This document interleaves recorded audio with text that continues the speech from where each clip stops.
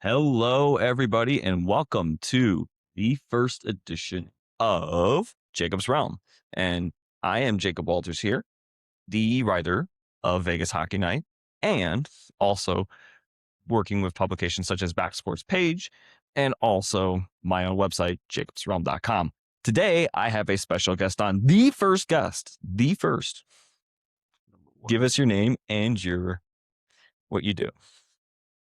Hi, I'm Douglas Canavin. I am writer, general sports media professional. I cover many things.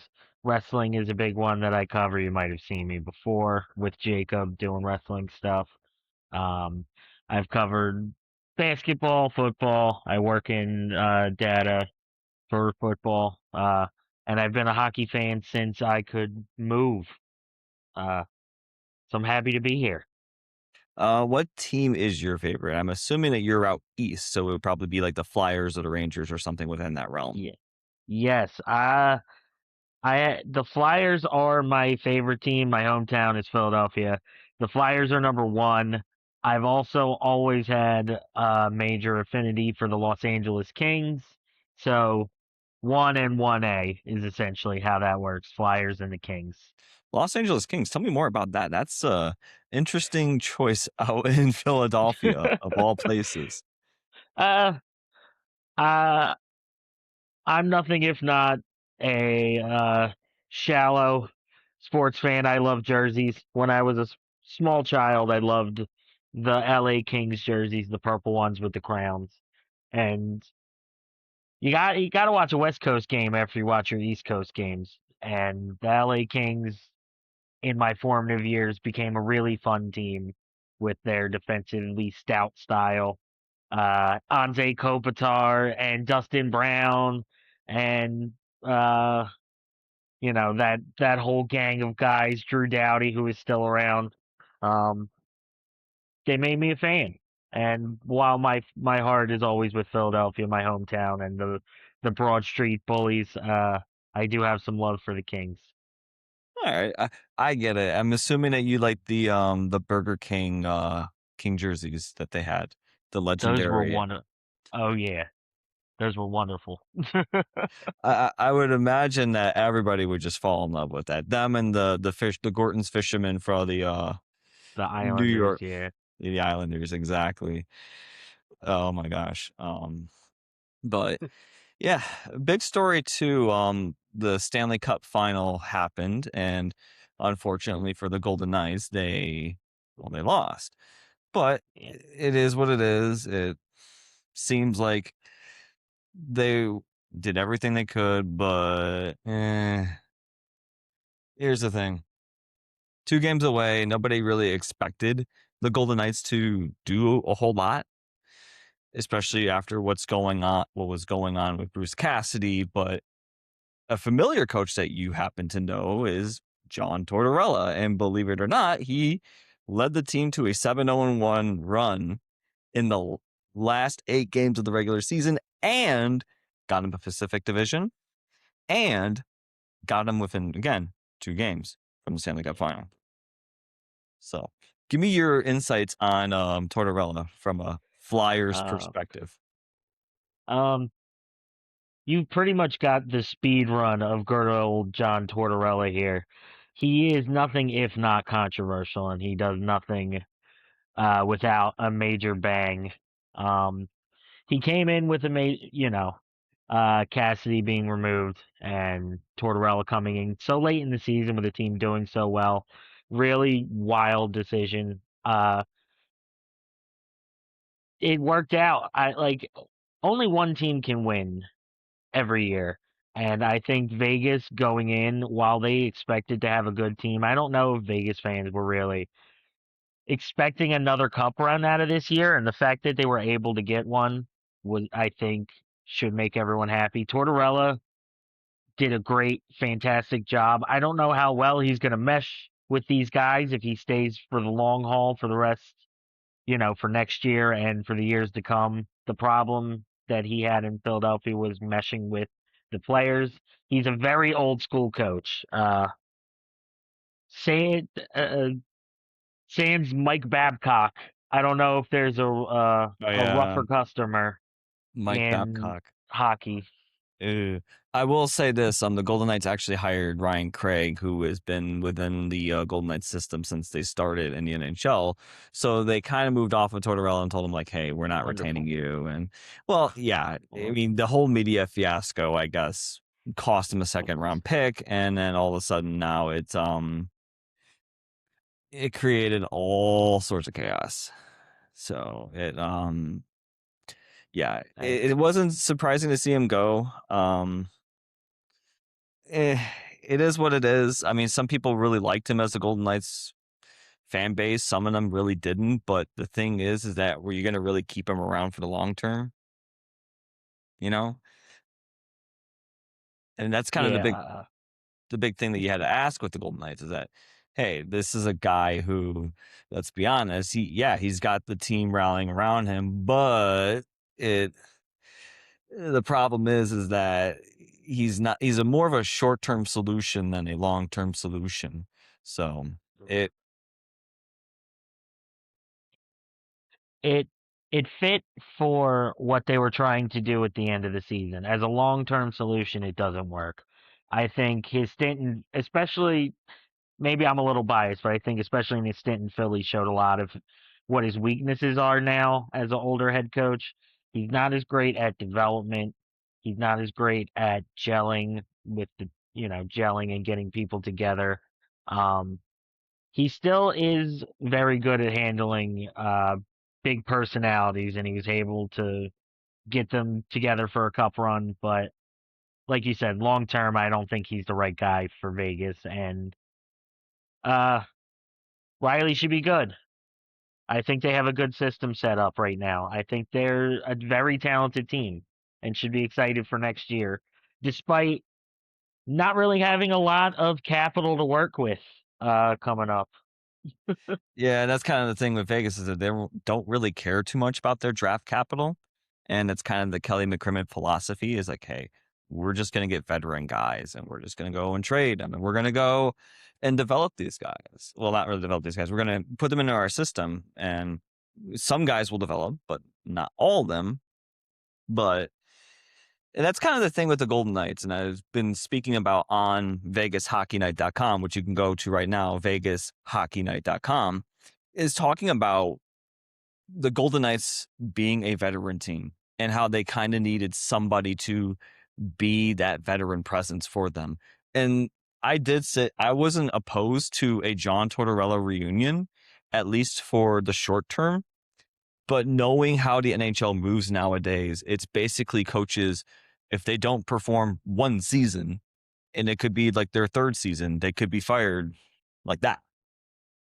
So it it no different with Tortorella.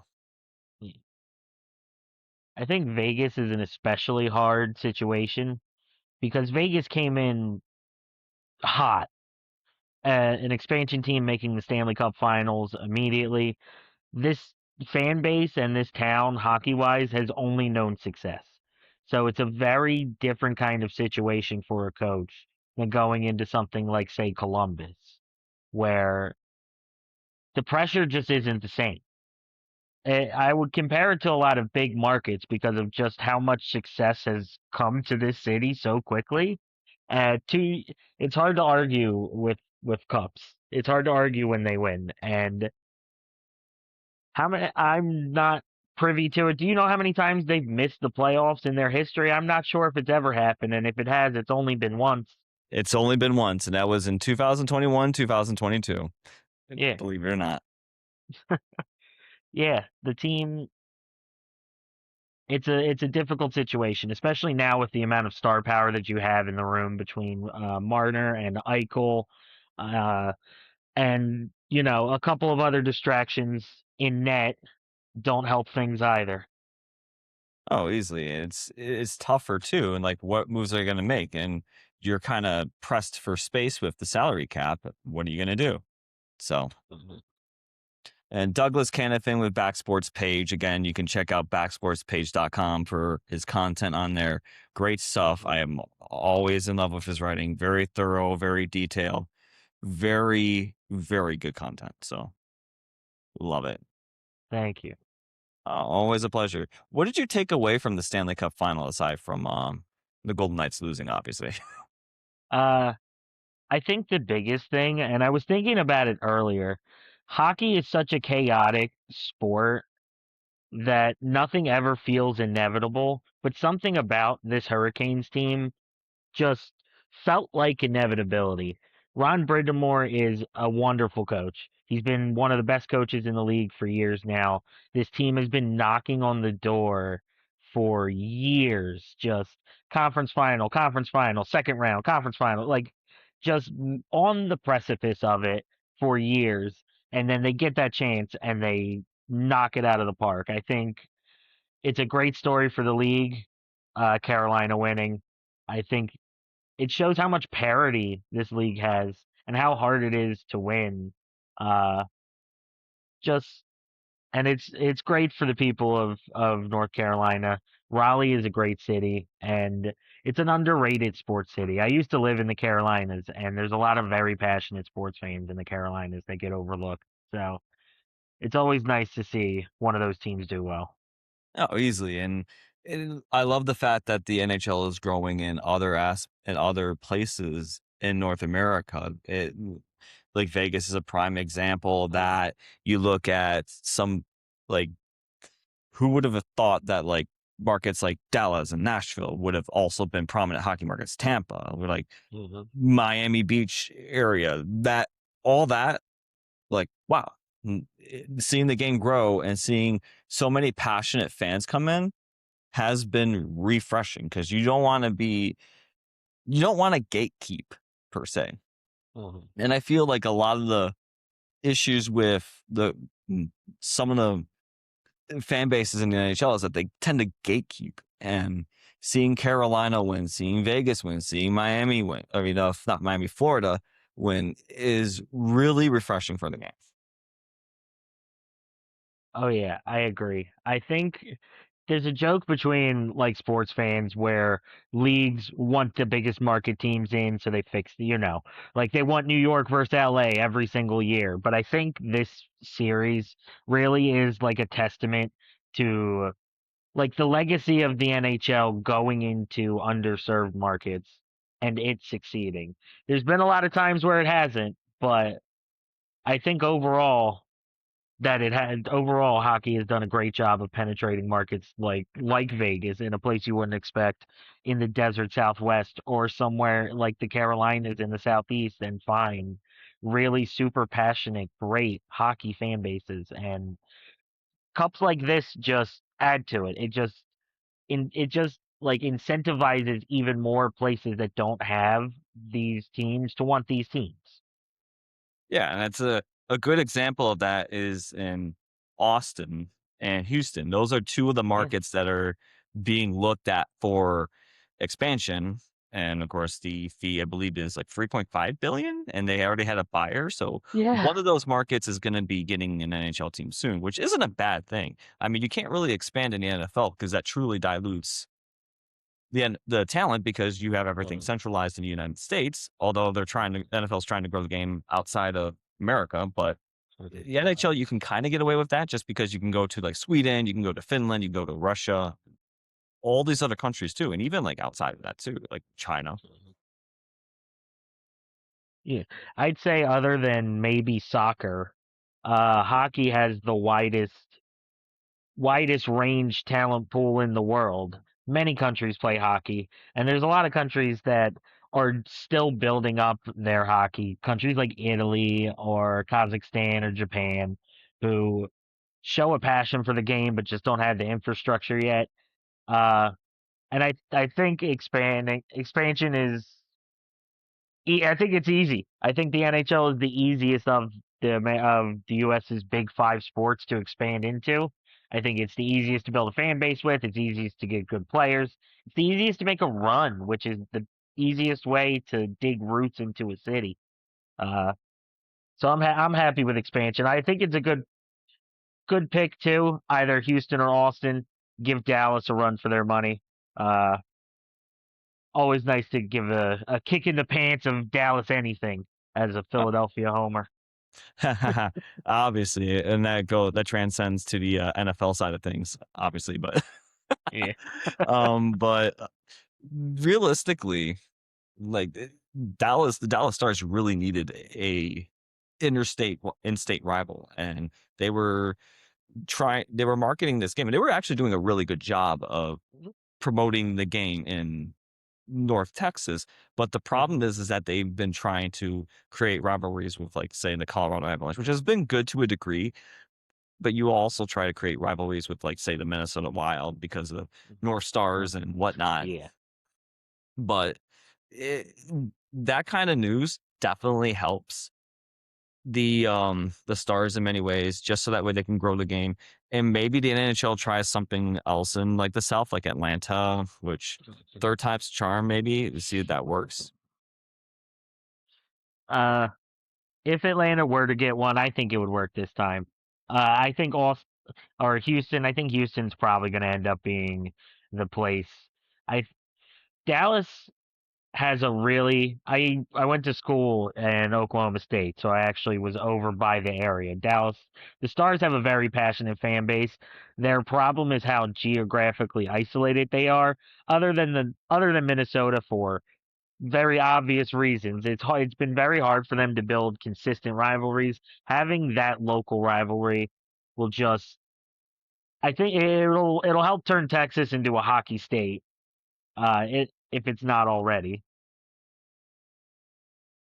Oh, easily, and it's gonna be just massive if you can get Houston or Austin off to the right foot, and you can watch them develop, watch them grow into Mhm. bigger things in the NHL landscape. And we look at the Golden Knights, and what they did since day one is they've made bold moves. They used the expansion draft, and they also made some very good trades in the process to get guys on board that were undervalued and get them or underappreciated, and then get them in and implement them into a system where they can succeed. Like, you look at Riley Mhm. Smith, Jonathan Marchessault, Shea Theodore, Mhm. all these guys. Wild Bill. Wild Bill, exactly. William Carlson too. And thinking about, like, him in the Stanley Cup Final and just how impactful he was for the Golden Knights. I think that Mhm. if he was still around, maybe Vegas would have had a chance. But the series is over. What are you going to do about it? It's Yeah. not reality. Yeah. Uh, I think the biggest thing about coming out of this expansion or this talk of expansion is that they're going to have to keep going. Uh, it's going to be the 33rd team. You can expect probably three more. So a lot of cities should be hoping. A lot of cities could be getting their hopes up. I know we said Atlanta. Atlanta's a big one. Who else do you think could land an expansion spot out of Um, those maybe next three? I really want to say maybe one Canadian city, like Quebec City, could land one. But the biggest problem with Quebec City is that, one, they're a smaller city, and two, you're going into Quebec, which is primarily French speaking. I went to Montreal last January, and last January. Primarily a lot of French speaking people, and it's very tough to kind of adapt to that. And if you're talking about Montreal being, like, French speaking, like, go further into, like, the Quebec City side of things, where it's like all French, like, all, like, oh, we must separate and create our own Quebecois country and something like that. So I would probably say Quebec City could be one. We could also look at one of the other two Texas cities that doesn't get in. Like, you're talking about, like, if Houston gets the team, then maybe Austin gets one down the road. Um, Obviously Atlanta, as we mentioned, is another big name we could watch for. Maybe watch for Milwaukee, just so that way Minnesota can have some Mhm. company, and even Chicago too. Like, Chicago Blackhawks could have Mhm. another team geographically that they can look at and be like, okay, we can build off of this, like, Bears Packers kind of ordeal, except it's a historic team versus a not historic team, Mhm. and just build off of that hype and go from there. Yeah, I like it. The only one I would add is maybe Portland. I don't know how much they would want to go into Cascadia again with Seattle and Vancouver, but I know from MLS that triumvirate of Vancouver, Seattle, and Portland always produce really great, passionate games. So I would love to see it in the NHL as well. I think the rumor was that the Vancouver Whitecaps were being looked at as a team that was going to relocate to Las Vegas. I could be wrong, but I'm pretty sure that that was the rumor surrounding it. But hey, everything's coming to Las Vegas now just because it's a hot spot. It's a hotbed for stuff. I Just as an aside for that, real quick, the only thing I'll say, I would love for Las Vegas to be part of MLS. I would never want another city to lose their team to make it happen. Oh, So I hope Vegas gets an expansion team. MLS could easily expand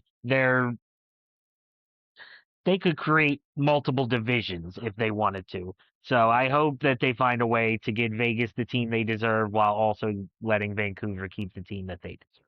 easily. I mean, you don't want to ever lose an expansion team, or not expansion team, but team of your own, and have them relocated. I mean, maybe in certain circumstances, like if they don't support it enough, or if they don't have their situation down pat, like if you're looking at like the Phoenix area with the Coyotes, like they were struggling to get an arena down for so many years, and Uh, look what happened now. They moved to Utah, and like everybody and their friends now a clubber in no, not Los Angeles, but Salt Lake City, and it's such a big deal.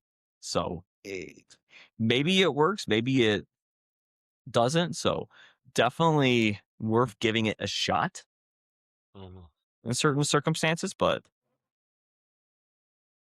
we'll we'll see what happens. We'll see what happens with that.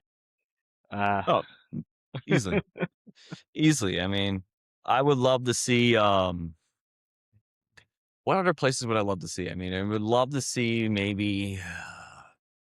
Obviously, we said Atlanta. Maybe I don't know. Just I think the four or five main cities that come to mind would be Portland.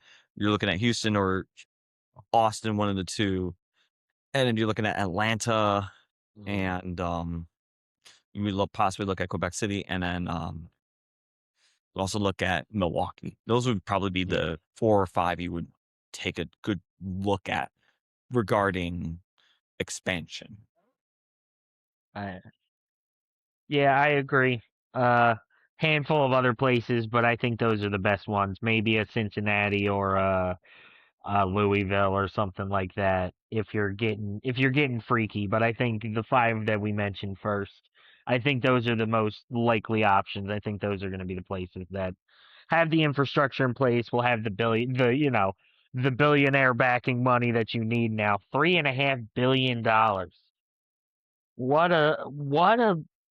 What an entry fee. What do you think about that? That is a lot more than Seattle and Vegas paid. Is it about 1.5 billion more? Something about like that? 2 billion more? I would say yeah, but here's the thing with that too. You got to understand, it's also part of the league's growing revenues. The league's got, I think, reported like record revenue. I think of 7.5 billion to 8 billion, something within that range. I mean that's massive for the NHL and growing the game and developing the NHL. Watching like record ratings for the Stanley Cup Final, like so Mhm. many prominent people were tweeting about it and covering the game, like Mm. 4.85 million people watching. That's absolutely huge for the NHL. And people were calling the Carolina versus Vegas series boring going into that.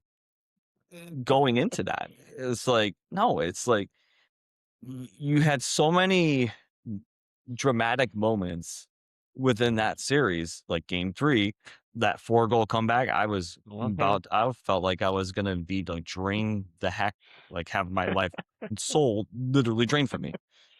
But so many good moments within that. And for Vegas and Carolina, they tore the house down with that. Mhm. So Yeah. In terms of entertainment, I think this is an all-timer series. I think it's since 2000, it's probably in my top 5. It was so especially as a neutral. I'm sure as as a fan of one of these teams, it was a lot harder to watch, but as more of a neutral towards both of these teams, this was such a fun series. This was such a back and forth, brutal battle. The last game didn't exactly go as Vegas would have liked it. You would have liked to put some goals on the board, but other than that, this was a incredible hard fought series and incredibly entertaining. Oh, easily. It was such a great series between both teams, and like the late game drama, like the comebacks and the late game heroics. You can't deny that has been extremely good for Gary Bettman in the NHL. Like you're producing like great TV, and that at the end of the day is what matters. So Mhm. absolutely great stuff Absolutely. all around. So, Yeah. unfortunately, we have to move on to the NHL draft because, well, the NHL season is over and I want my fix of hockey, but I guess we'll have to just go stick with YouTube highlights because that's pretty much um what what we're dealing with. So, the Golden Knights, if I remember correctly, don't have a first round pick. Obviously the news is going to be surrounding, I believe, Gavin McKenna, um, big name, of probably going to be a Toronto Maple Leaf if we're going to be honest. Um, but what are your insights on the NHL draft, and what do you think is going to be noteworthy out of all this? Um, I think we have a generational player at the top of the draft. I think we usually do. I think we've had we've been spoiled for years now of generational guys, but Gavin McKenna is the real deal. I think he's going to come in. I think he's going to play second or first line in Toronto pretty much immediately. He was great at Penn State, or he at least he showed why he is definitely the first overall pick. There's a handful of really good guys in the draft as well. Uh, Reed Chase is a really good defenseman who I think is going to end up being pretty good. Keaton Verhoff is someone I like too. Um, my most interesting story going into the draft is a little lower, outside of the top picks. I'm most interested in the Ruck twins, in the Ruck brothers, not the twins, the brothers. I want to see one. I want to see where Liam ends up going. I think he's a little better than his brother right now, not by much. I think they're both pretty good, but I want to see if teams actually uh, go with their wishes and make sure to draft both of them onto the same team. I think they would be one, a great story, and two, I think they do have uh little lower Sedin-esque potential, maybe not quite, two Hall of Fame incredible players, but I think you're going to be getting two very solid pieces with them, and I want to see how that shakes out. A little lower in the draft, I like a couple of other guys as well. I like an Adam Nemec down in the later portion of the first round. I think he is going to be pretty good. He's a little smaller than you would like, weight wise at least. Height wise, not really, but weight wise, a little smaller than you would like. But I think he's pretty skilled, and I think someone's going to get a steal at the end of the first round. What are your thoughts on some of what's going on in the draft? Looking at the Golden Knights, I haven't last year was primarily a forward offensive type of mindset. Jacob Izwozniak was a name that came up. He was drafted, Mateo Nober. So I would assume that would be a little bit more of the same. I would think that the Golden Knights kind of need more of a defenseman kind of ordeal where it's okay, we need to get some guys that are drafting, but we can draft for defensemen and we can develop. And looking at the Henderson Silver Knights last season, it was primarily the forward play and the goaltending that carried them. And with Henderson, watching, say, Braden Bowman and Matthias Sapovelli really carry that team, help really helped in so many ways. And not just that, but it was also like Carl Lindbaum. You also had depth with Cameron Whitehead. So you had so many of these guys coming in and just kicking all sorts of butt. Like you're talking about, like again, Whitehead, you got Carl Lindbaum, who was an absolute stud. His angles are absolutely amazing. Absolutely amazing. Just watching him playing that. And here's the thing too. He's not the biggest goaltender either. I believe he's like 6 foot, 6'1", 6'2", something within that range. But he plays so comfortable in the net. He's swift, he's athletic. And watching him just be comfortable as a goaltender should inspire some confidence. So I would probably lean more into the defensive side of things, although I wouldn't be surprised if they, again, turn to another goaltender or two in the draft. Yeah, to make it a little more Golden Knight centric, I agree with you. I think defense should be what they focus on. Um, Goalie is a bit of a tricky situation for them between Carter Hart and Aiden Hill and their Henderson goalies. I think they have enough that at the top, with their top picks in this draft, that they probably should focus a little more on defense. There's a handful of guys in the third round that don't look bad that might be good prospects for them. Uh, Cole Tumanaro over in the USHL. He's okay. He's a big body, 6'4", 225. Another big body over in the WHL who should be roughly around where they draft Sean Burrick, 6'8", giant man, uh, very physical. I think he could help the Vegas back line pretty well. I think getting someone like that um, is probably what they're going to be aiming for. I can't imagine that they go anything other than defense with that third round pick. Uh, Maybe even with both their third and fourth round picks, I could see them going Easily. I mean, defensive. easily. And I think with Vegas, you look at how a lot of their defensive cores were last season. Again, it was primarily the forward group that carried that team. Again, with Braden Bowman, Matthias Epplevaliv, you got like some KU Chaz action going on there. And you also had the goaltenders that were phenomenal too.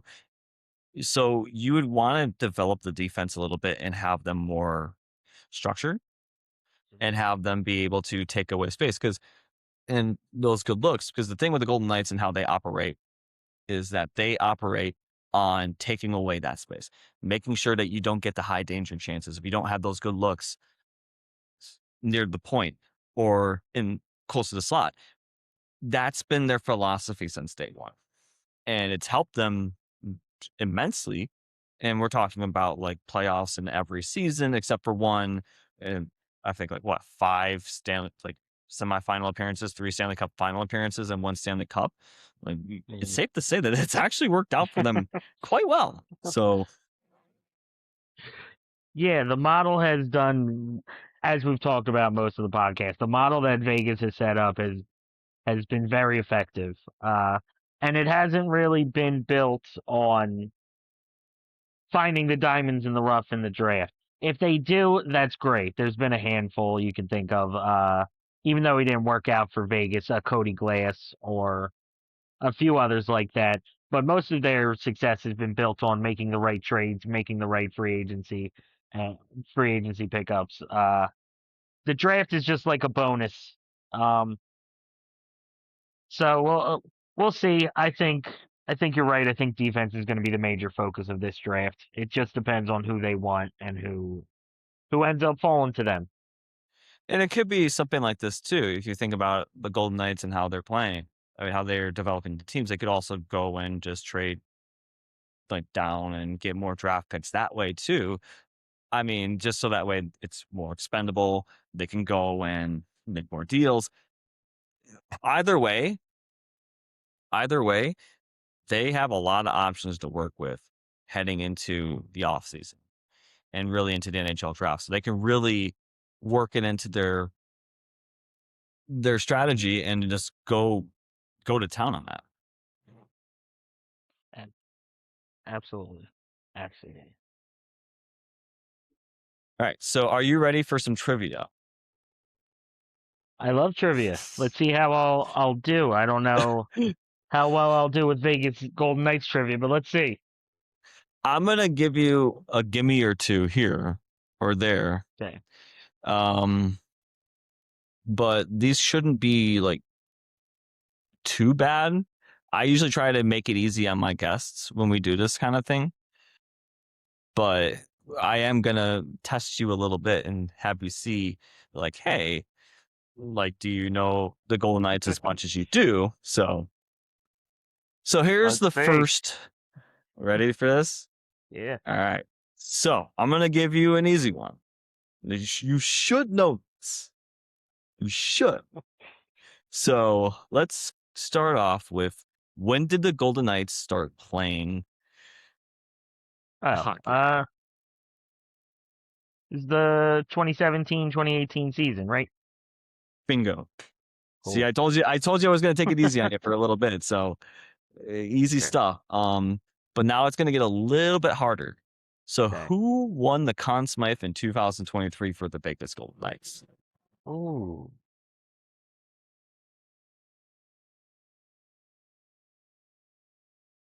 Oh, damn. Was There's two names that pop into my head. The first one is Wild Bill Carlson, but I don't think that's right. Okay. Uh, the next name that pops up is Alex Petrangelo, because I remember him lifting the trophies. But now Neither of I the don't think it was him. neither of those guys. I'll give you one more guess.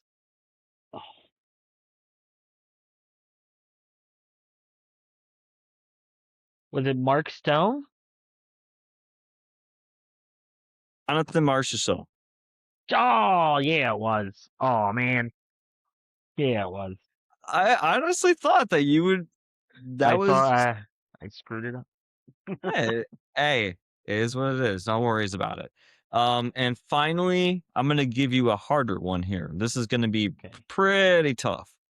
Okay. Who was the first pick in the 2017 NHL expansion draft for the Golden Knights? First pick Ooh. overall.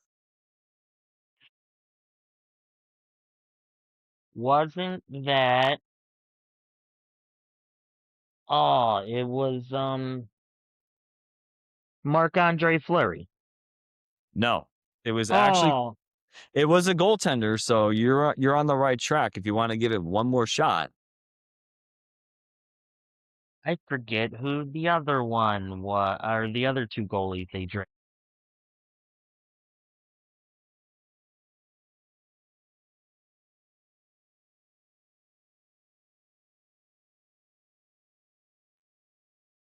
Like I told you, these were not gonna be easy. So I'll give it to you here. It was Calvin Pickard. He was selected by the Vegas Golden Knights from the Colorado Avalanche. So, like I said, not going to be easy picks here. So, um, I, I I try to do that with all my peeps. So, be sure to check out the link below here. BackSports page for all of Doug Canavin's wrestling content. Good stuff as always from him. You can definitely check out his writings and his musings. Great in-depth content. I mean, a lot going on in TNA, a lot going on in WWE. So definitely worth getting your time. And obviously you want to check out VegasHockeyNight.com as well, right here. Go on for all the latest news, exact latest news, rumors, opinion pieces, and everything in between to get your Golden Knights fix. You can also check out the TikTok as well, Jacob Vegas Hockey Night. You can also check out the Instagram as well, Jacob Vegas Hockey Night. Also check out the Twitter, FS Vegas Hockey, and you can also check out Golden Knights fans and Vegas Hockey Night on Facebook. So I leave you with this one more time, one more promotion. Go ahead and plug your stuff.